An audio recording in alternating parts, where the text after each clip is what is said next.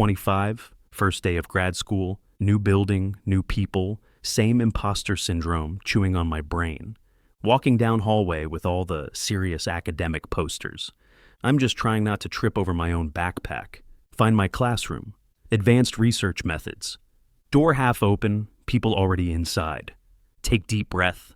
Activate I totally belong here. Face. Walk in. Big oval table. Laptops.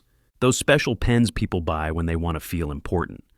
Everyone doing that thing, hunched over the syllabus like it holds the secrets of life.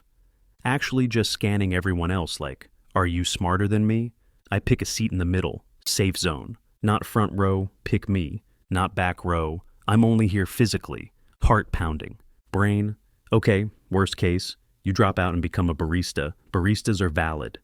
We're all waiting for the professor. Rumors in the group chat said, she's young, like our age young. Insanely smart. Kind of intense lol. Door opens. Heels on tile. The click-click of authority. Folder under arm. Someone who knows she belongs here. I look up. The universe buffer overflows. It's Stacy. Same short brown hair. Messy but deliberate. Same sharp hazel eyes that did not tolerate lazy arguments. Same posture that says, I've already found the flaw in your reasoning, and I'm just waiting for you to finish talking. My brain 404 professor not found. Replaced with ex-classmate. Flashback. We used to sit in the library at 1 a.m., sharing headphones, arguing about movies and ethics and whether pineapple on pizza is a crime. She'd steal fries from my plate in the cafeteria like it was a God-given right. We crammed together before exams. And one night at Jordan's party. Too much cheap wine. Music from someone's Bluetooth speaker.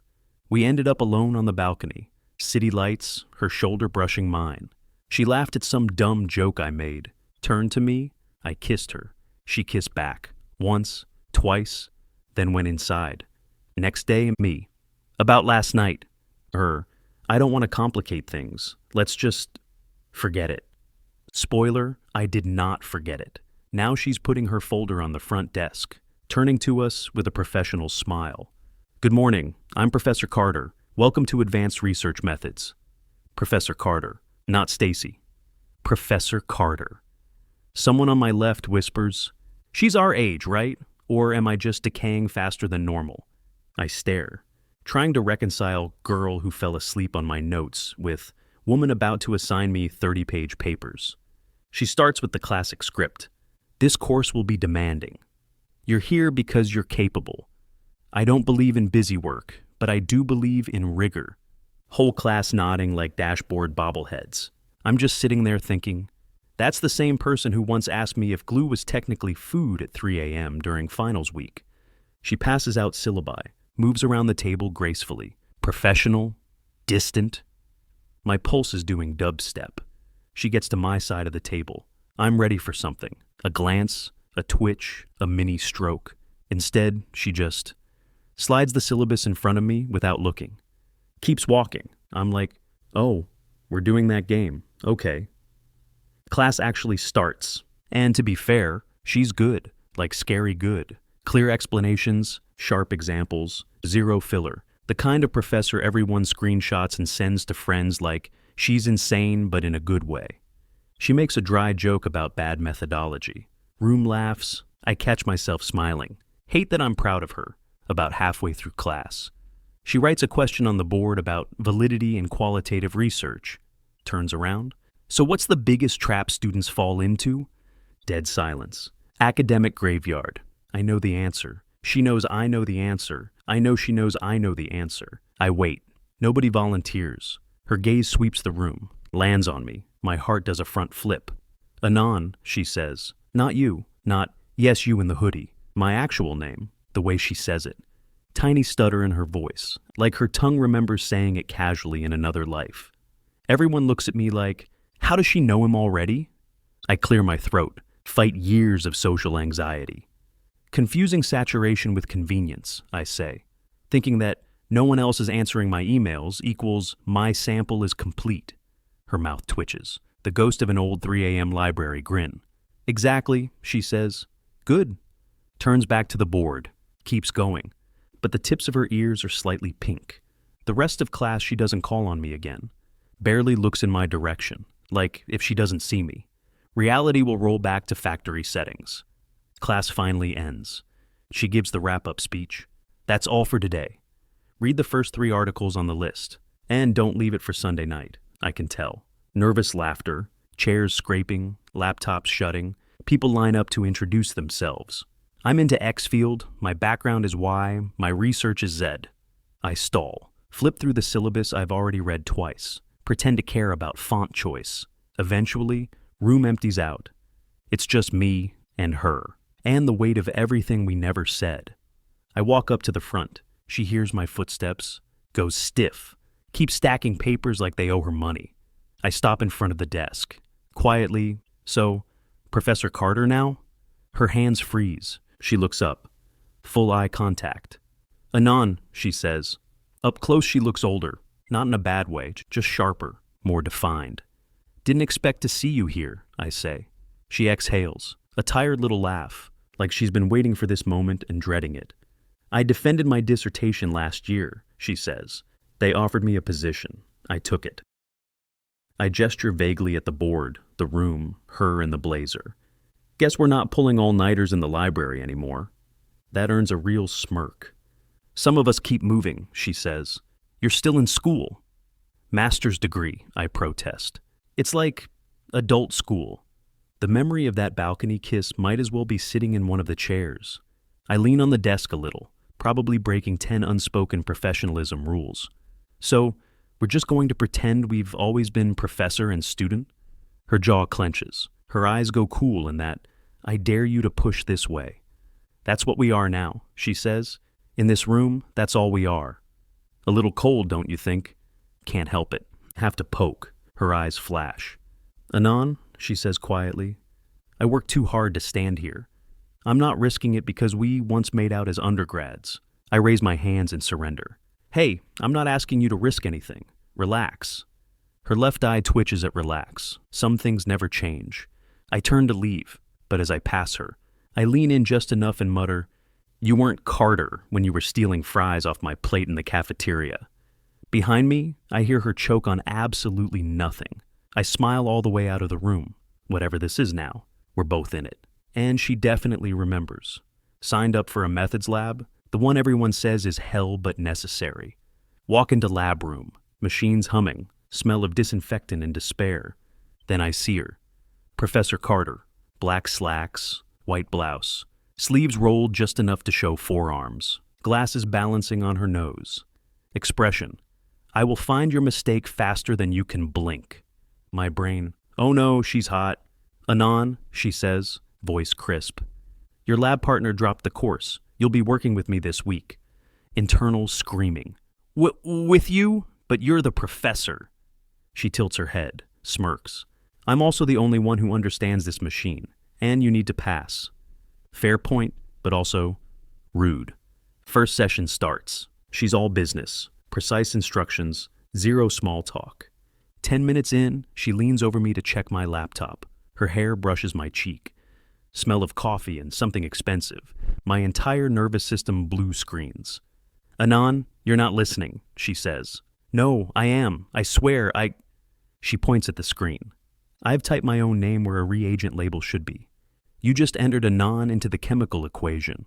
My soul files for early retirement, she laughs. You're entertaining, she says. Congratulations to me, I'm a clown. We move to calibration. She says, hand me the pipette. I, on autopilot, hand her a stapler. She stares at it, then at me. Is this how you usually function? Only around complicated environments. Eyebrow lifts. Am I the environment? No comment. She smiles. Then I spill solvent on my hand. Because of course I do. She reacts instantly, grabs my wrist with sure, firm fingers. Don't wipe it on your shirt. You'll ruin it. Drags me to the sink, turns on the water. Washes my hand herself, careful and efficient. I'm just standing there, useless. She glances up, sees the way I'm staring, smirks. Relax, Anon. I'm not going to bite. Ma'am, respectfully, I do not believe you. We finish lab, step out together. 2 grad students see us coming out side by side. Lab coats, shared notes, her laughing at something I said. They look at each other like they'd just witnessed a plot twist. One whispers not quietly. That looked flirtatious. Next morning, I step onto campus, instantly sense something in the air. People look at me too long, whisper, nudge, stare at their phones, glance back. Two girls from my cohort walk by. Is that him? Yeah, from the lab with Carter. No way she'd flirt with a student. I saw it with my eyes. Keep walking like I didn't hear that. Internally, CPR, later get email. From Professor Carter, subject. Come to my office, no context, no please, just doom. Go up to her floor, open door slightly. She's there, hair up, glasses on, jacket off, sleeves rolled, leaning over a stack of papers. This should be illegal. Close the door, she says without looking up. The door doesn't latch properly. She walks behind me, pushes it shut with her hip, and that's exactly when another grad student walks by. He sees me and her, very close, door half closed, eyes go wide, walks away at speed of light. Rumors have now entered second evolution. She sits on the edge of her desk instead of behind it. We talk about my project. Or she does. I'm focused on not staring at her mouth. She leans over my laptop to examine a graph. Her shoulder brushes mine. I freeze. She absolutely notices. Anon, she says softly, you really need to relax around me. That's not physically possible. She tilts her head. Something softens. I wouldn't let anything bad happen to you, she murmurs. My heart ascends. Later, in the hallway, Jake corners me. Dude, are you hooking up with Professor Carter? No, she's just helping with my data. Bro, your face is red. That's not feedback red. Goodbye, Jake. I will miss you. One day I wake up and choose violence. Decide I'm done being a flustered NPC. Walk into lab early. Set up my station. Try to look competent. She arrives. White blouse, black trousers, hair up, glasses. My willpower, already at 10%. Morning, Anon, she says. You're early. Eager today? Normally I'd mumble. Today I look her dead in the eye and say, yeah, wanted to get ahead, since someone keeps distracting me. Pause. Distracting you? Yes, Professor. You stand way too close. Her brain visibly blue screens for half a second. Tiny blush creeps up her neck. First time I've seen it. She recovers with a slow smile. Then perhaps you should work on your focus, she says. Maybe you should stop testing it, I reply. That does it. She looks away for a second. During lab, our usual accidental touches feel less accidental. Hands brushing when passing tools, her standing just a fraction closer than necessary. She drops a pen. I pick it up before she can bend. She stares. You're surprisingly quick today. Trying to keep up with you. Sharp inhale. Eyes soften just a bit. We're adjusting samples. Reach for the same tube at the same time. Our fingers actually tangle. She doesn't snatch her hand away. I don't either. We hold eye contact. Door opens. Jake pokes his head in. Am I interrupting something? Yes, I say automatically. Carter. Full system error. Jake evaporates. She hisses, Anon, you can't say things like that. Why not? It's true. She opens her mouth, closes it, mutters something about disaster under her breath. End of lab. She wipes her hands on a towel, then quietly, come to my office after class. Oh, stand outside her office, heart beating like it's trying to drop out of the program. Knock. She says, come in. Door closes behind me. She's pacing, which is new. Anon, she starts. We need to talk about this. My brain prepares for the dreaded speech. This is inappropriate. We should have boundaries. Please ignore your feelings and die quietly. Instead, she says, I don't want to pretend anymore. Excuse me, she keeps going, voice lower now. I've been trying to act like you're just another student, but you're not. Not to me. Whole world narrows to her and the desk and the space between us. I like working with you. I like talking to you.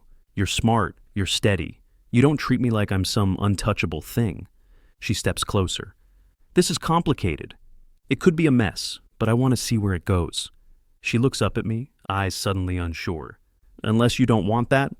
I don't even hesitate. I do, I say. Her breath shudders, like she'd been holding it for weeks. She whispers, then kiss me. I do. At first it's careful. Her hand slides up my chest. My fingers thread into her hair. We break for air. She's flushed and breathing fast. Okay, she whispers. That clarifies a lot. We both laugh, a little hysterically. She smooths her hair, trying to reassemble Professor. We're consenting adults, she says. If we set boundaries in class and keep it private, it's manageable. Then we'll manage it, I say. She hesitates, then takes my hand, fingers lacing with mine, soft squeeze. So, we're doing this? Yeah, I say.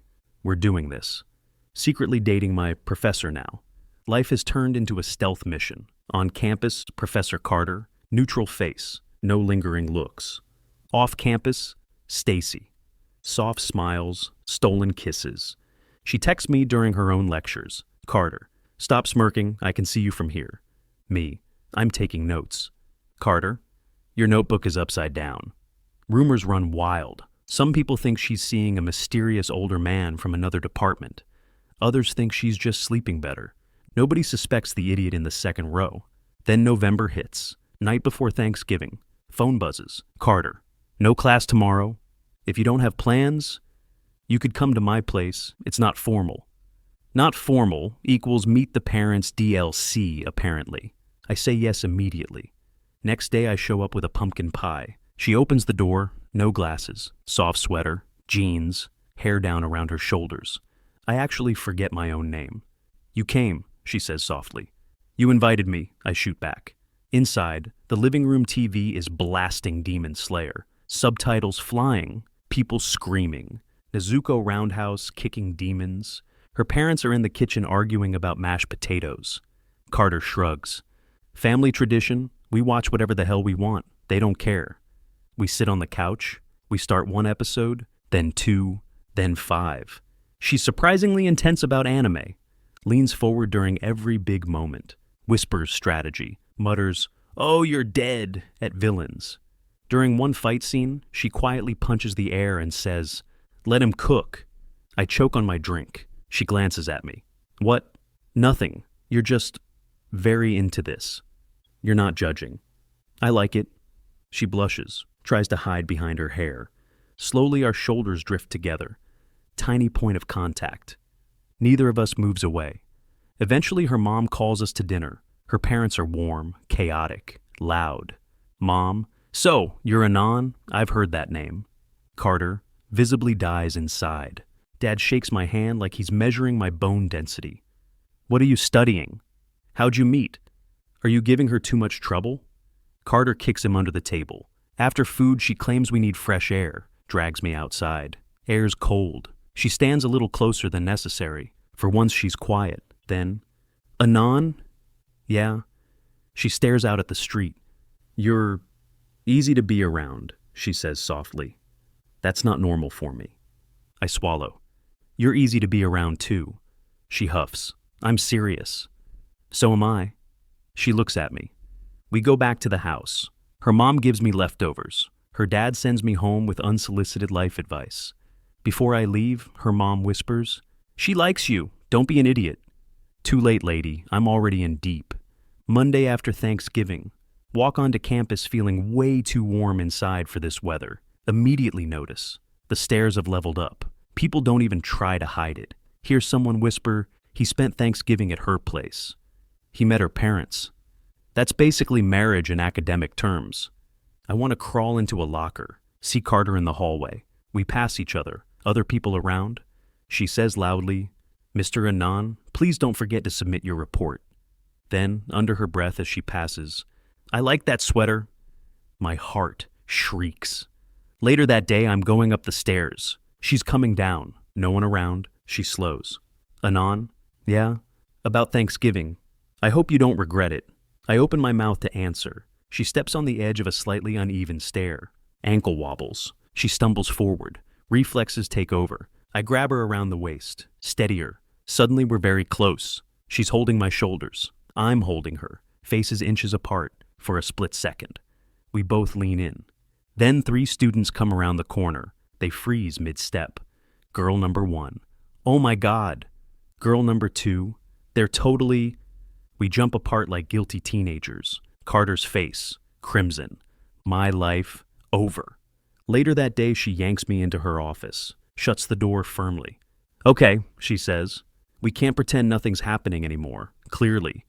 No argument there? She sits, for once looks a little lost. I don't want to lie about you, she says. Not to myself, not to you. She looks up at me, eyes blazing now. I like you, I want you in my life. Yes, it's messy. Yes, it's risky. But I'm tired of acting like my feelings are some kind of mistake. My chest feels too small for my heart. Then let's stop acting. She breathes out, like she just dropped a weight. So we agree, she says. We're not playing, we're choosing this. I already chose, I say. I've just been waiting for you to admit you did too. She narrows her eyes. Annoyingly confident, she mutters, but she's smiling when she says it. She texts me, tonight, 7 p.m. Wear something nice. We're calling it our first real date. Stare at my closet. Realize all my clothes say Group Project Survivor and not Worthy of Professor Goddess. Try my best. Show up outside the restaurant. She's there. Black dress, coat, hair styled. Makeup soft, but lethal. My brain reboots twice. You clean up well, she says. You exist incredibly, I say, failing English as a native language. She laughs. It's unfair how much that helps. Hostess greets us. Table for two, romantic seating or regular. Carter, short circuits. Business, we're colleagues. The hostess looks at our outfits, the way we're standing too close, my panicked face. She knows. She 100% knows. She seats us anyway, gives me a conspiratorial look like, I won't tell.